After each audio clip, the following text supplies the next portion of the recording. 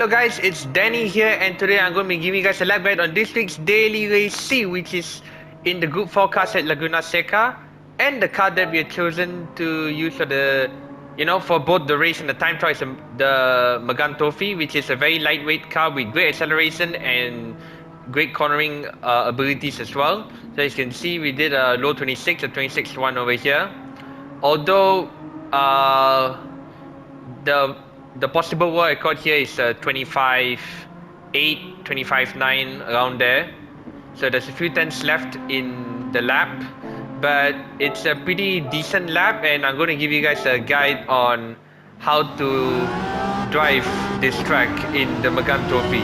So you guys are starting the lap pretty much at the last corner over here, going as wide as possible, braking at the 2 board, going very wide, and then accelerating once you feel the understeer has reduced a lot. So you want to keep the steering as smooth as possible with this car, considering that Laguna Seca has a lot of medium speed corners. So revving it out in 4th gear under 190 km/h up to 5th. So the first braking point is pretty much just after the 3 board.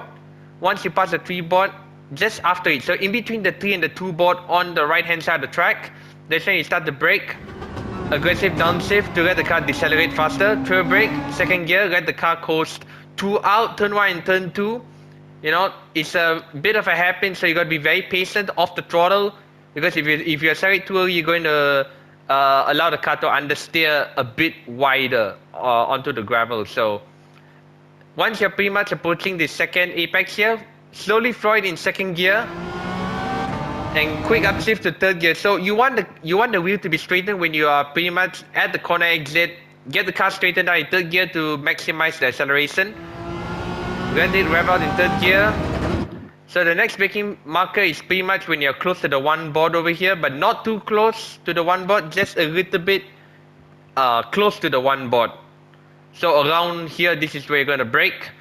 So slight dab on the brakes, 3rd gear, and once you pass the curbing on the inside curb over here, slowly and carefully accelerate on 3rd gear. Slowly bring the steering back to the center, or else you're going to understeer wide. So sector 1 is at the 20-0. So once you are pretty much in between the 2 and 1 board on the on the left hand side, small dam on the brakes, smooth steering, let the car coast in 4th gear. And once you're pretty much neck and neck with the sausage curb on the right hand side, floor it as early as possible in 4th gear. And revving up 4th gear up to 5th momentarily. Once you're close to the 2 board over here, that's when you want to go hard on the brakes, down to 3rd gear for the extra rotation. Trail brake. Once you pass the sausage curb on the inside curb, floor it again on 3rd gear and quickly bring the steering back towards the center to allow the car to accelerate gradually. You can maximize the acceleration when the wheel is straight. So once you're neck and neck with the 2 board for this fast, quick left-hander, so pretty much just stay 4th gear over here. Let the car coast, but you want to get on the throttle as soon as possible. Pretty much when you nail the line, which is pretty much hugging the inside curb, but do not ride on the sausage curb over here, or else you're going to unsettle the car. You cause the car to spin out of control. So avoid the sausage curb, but attack this inside curb as much as possible. Get on the throttle very early. Once you feel you don't have to understeer, just floor it in 4th gear, keep the steering smooth. You can run a little bit wide on the green AstroTurf to help the car stabilize on the exit of the corner. So now for the corkscrew, the most difficult corner on this track. So braking just a bit after the 3 board on the right hand side. Hard braking, down the 2nd gear, aggressive steering to 3rd. Be very careful on the throttle here. You want to keep it around 80-90% throttle when the car is taking the dip down the corkscrew. Make sure to keep it within track limits. Always have 2 wheels on the inside curb. If you have all 4 wheels off the curbing, you're going to get a half-second penalty. So make sure to stay within track limits over here. And once you're fully down off the corkscrew dip, you can fully throttle it in 3rd gear. Sector 2 is at a 1:01.357.